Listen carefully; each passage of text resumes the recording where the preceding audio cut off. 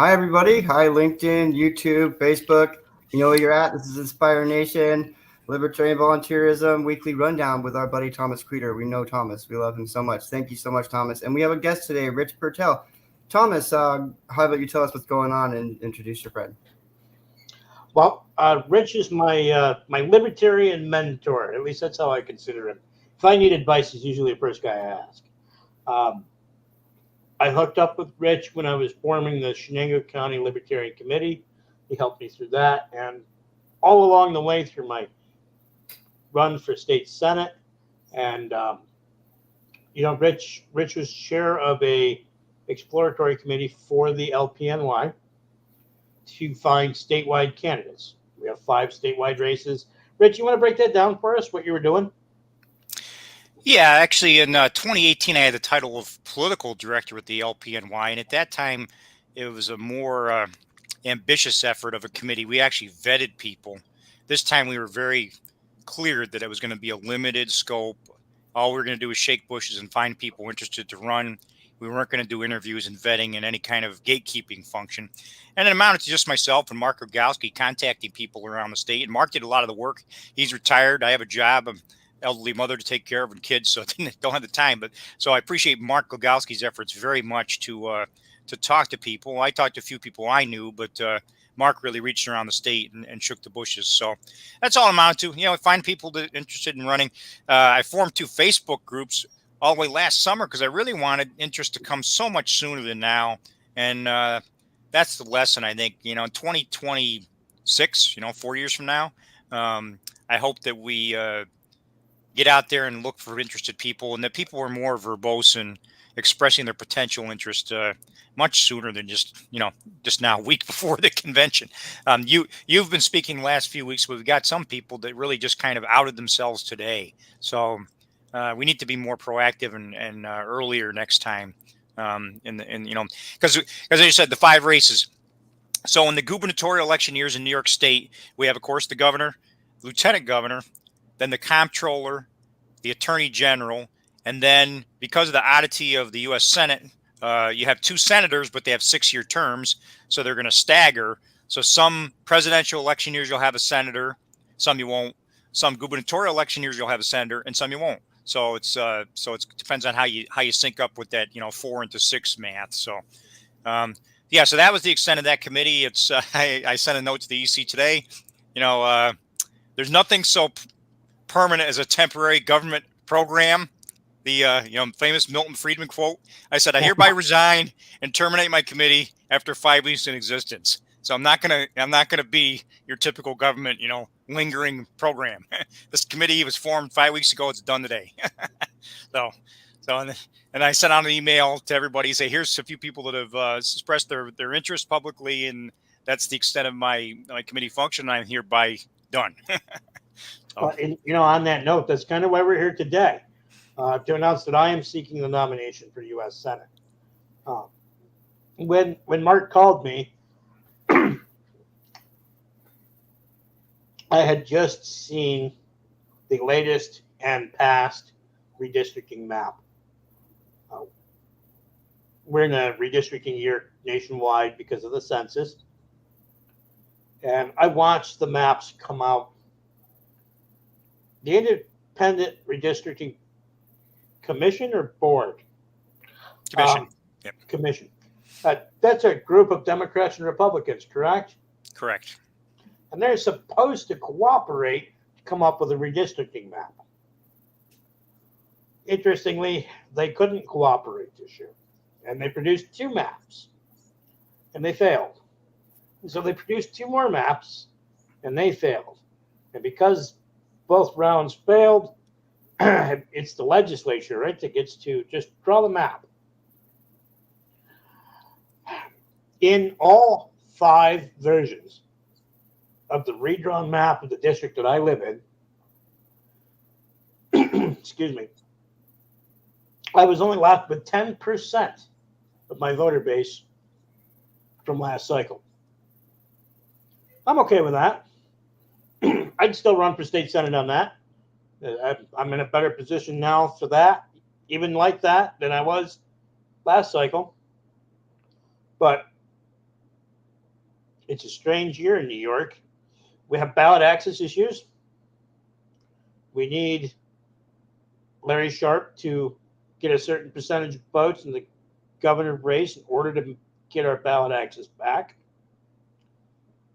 And as a statewide candidate, I can draw on those 13,800 votes that I got.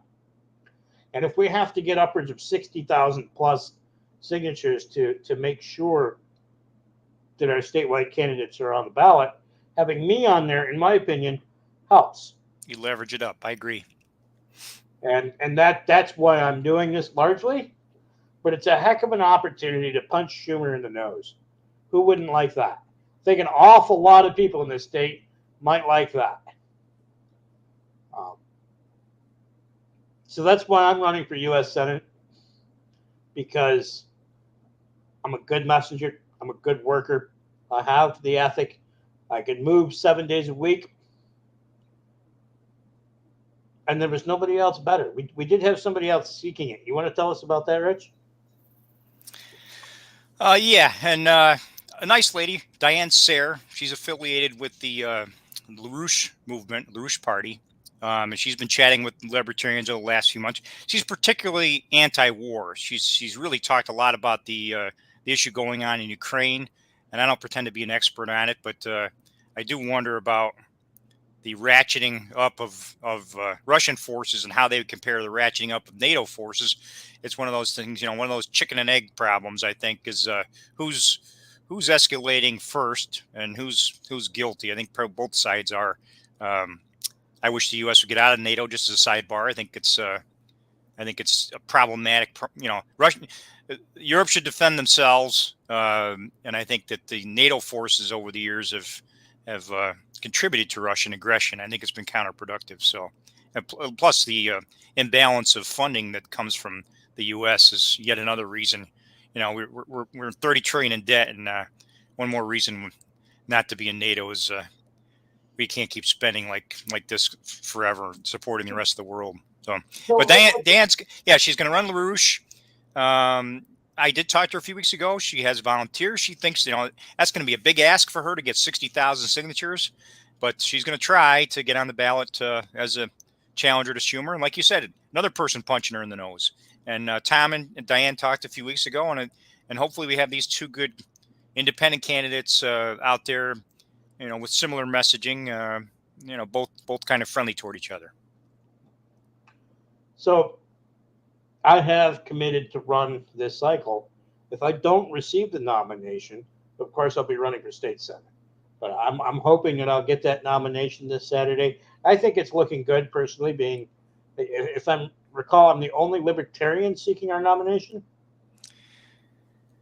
It's only libertarians seeking a nomination for U.S. Senate, correct? We did in our other conversations with other interested parties in New York.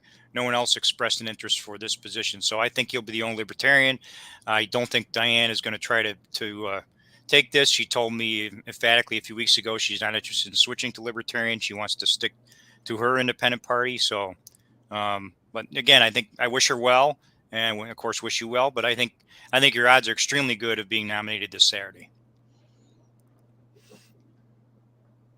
Now, as libertarians, we typically prefer to run libertarians. We don't really like to endorse other parties. In fact, our national platform is against it, isn't it? Yeah, and be aware too that New York State.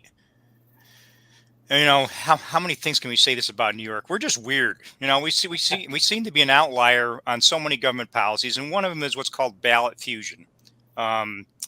And I didn't study this beforehand to speak off the top of my head, but I think it's Maine, and maybe one other state that you can do. The presidential candidate can be on the ballot on more than one party line.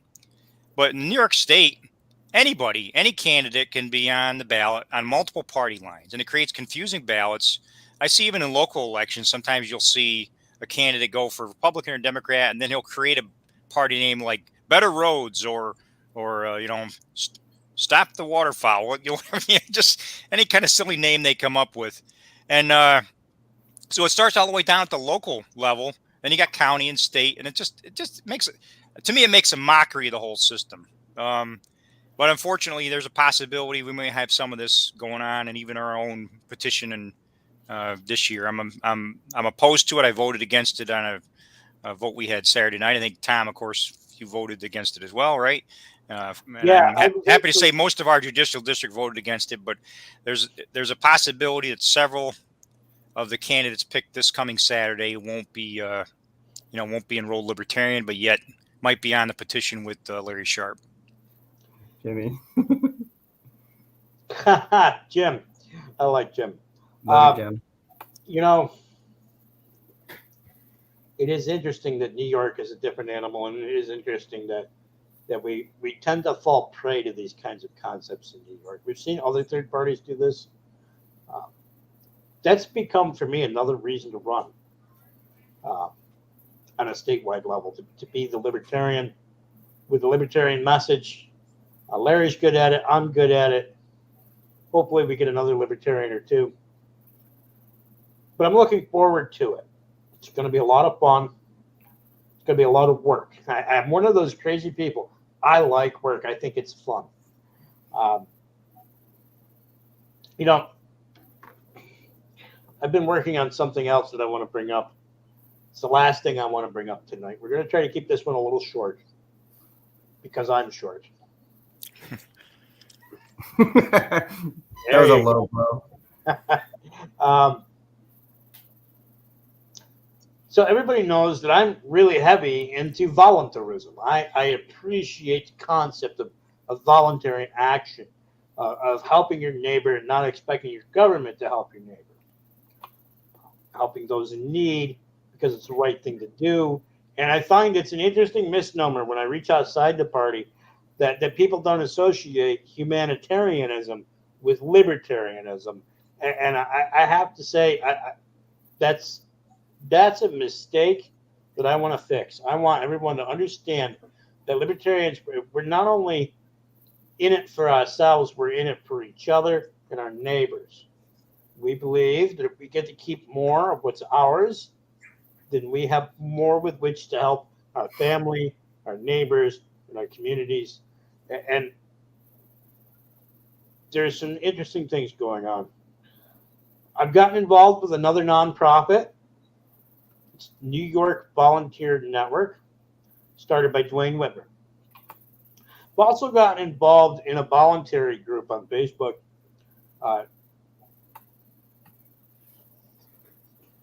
Liberty Memes.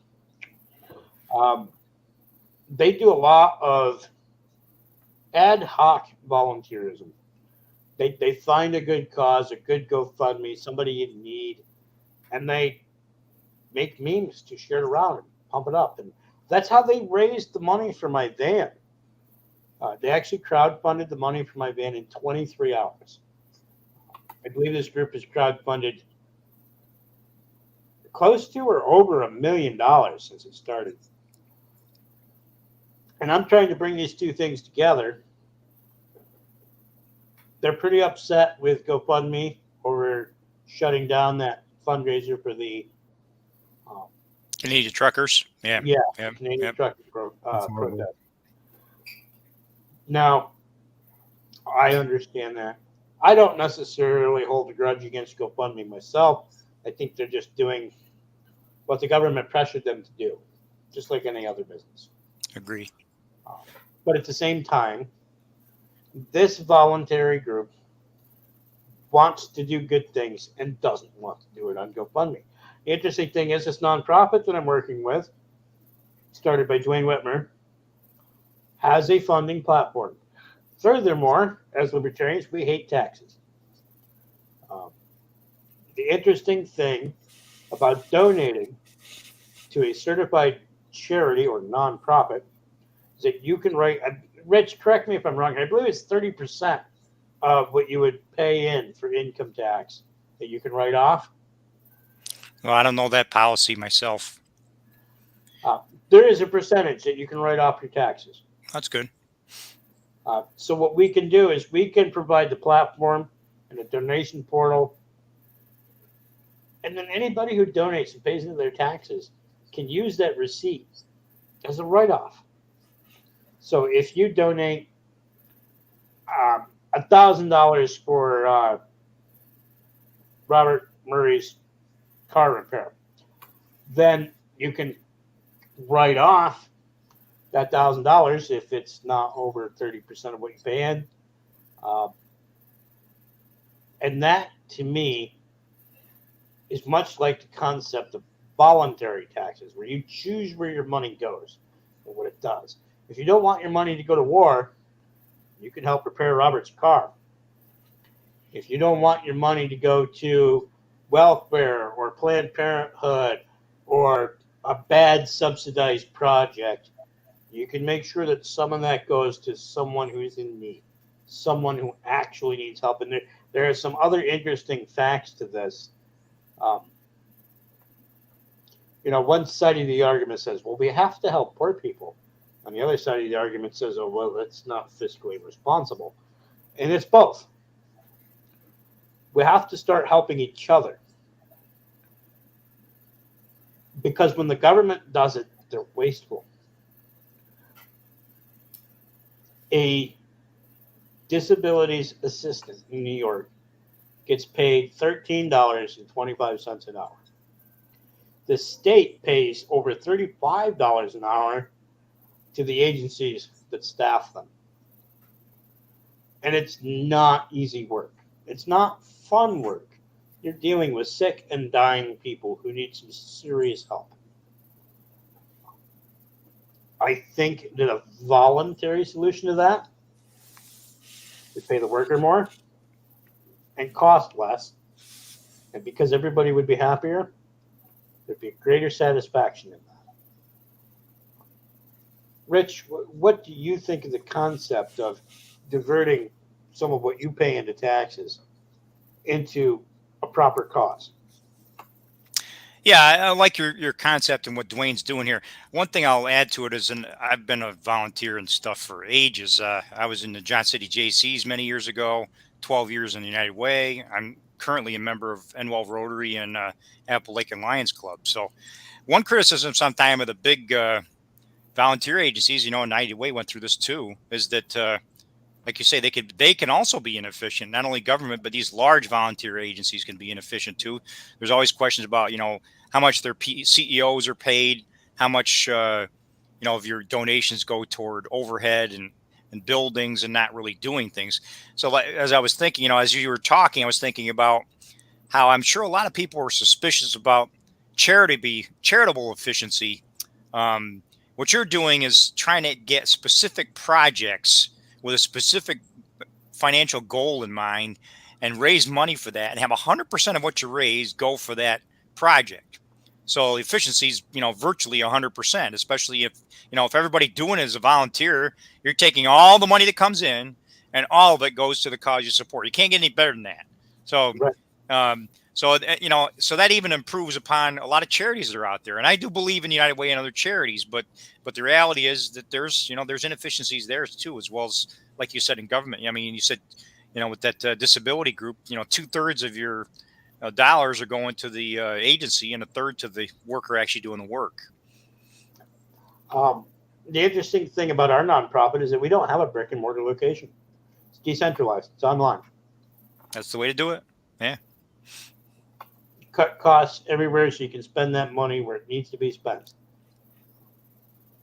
That's really all about all I have for tonight. Rich, do you have anything more you want to say? You want to add? Listen in this Saturday as Tom gets nominated. Cheer him on. It'll be a state committee vote. And maybe I'll just clarify. I'm saying the word nomination, okay? Because we don't have ballot access right now. Technically, this is not a nomination because we're going to have to petition. So it's really an endorsement that's happening this Saturday. We're endorsing a slate of people that will put their names on a sheet and start running around the state and get signatures for them. And Tom will need 60,000 signatures. So let's hit the streets hard and get those numbers up for him. He'll need lots of help, lots of volunteers, all out there working. I personally, because I've run for office a few times myself, I've personally collected something like 6,000 signatures over the last 7 years. So I know the challenge, and but it takes many hands make light work. You definitely have to have a big team of people to get that done. No, absolutely.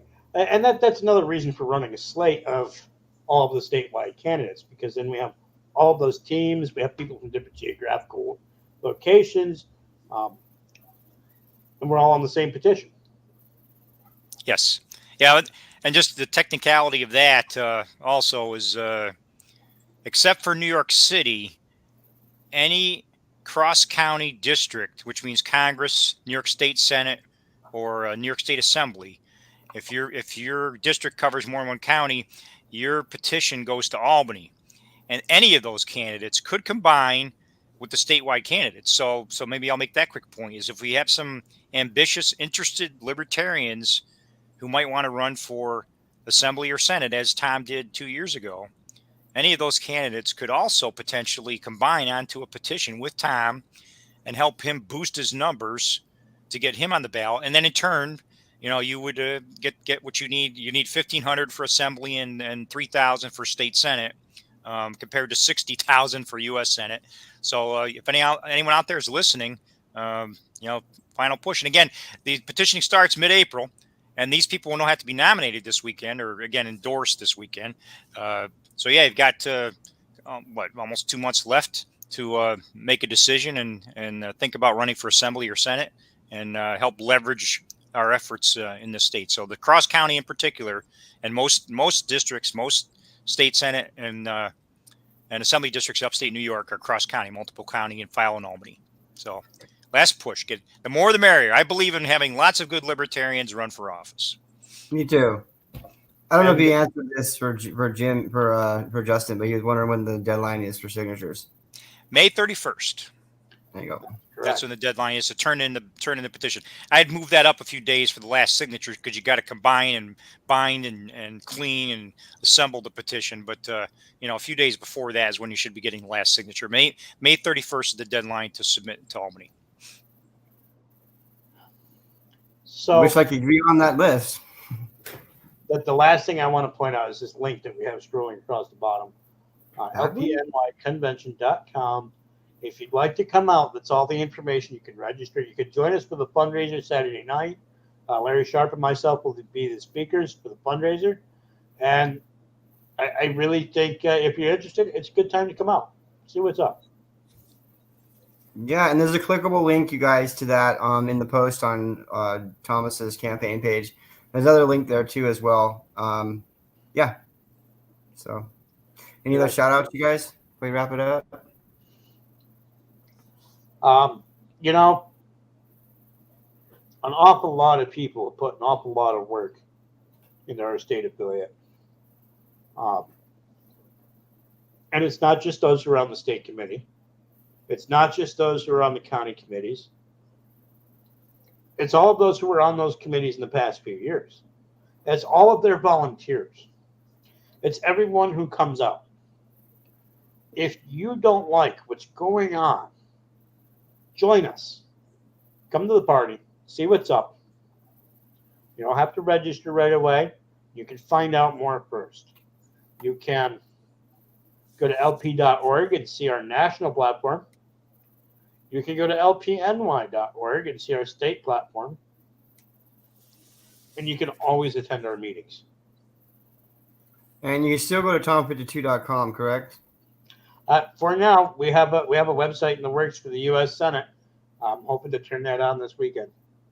Okay. But for now, you guys, that's the important one for the show. Click on it. Rich, thank you so much for coming on. I love you all. God bless. Be nice to yourself. My privilege. I appreciate the invitation. Oh, absolutely. Thanks again, Rich. And Robert, thank you. Yeah, sure. Robert points out every show that he's a baby libertarian. But I would say he's actually a pretty natural libertarian, similar to what I got called when I joined the party.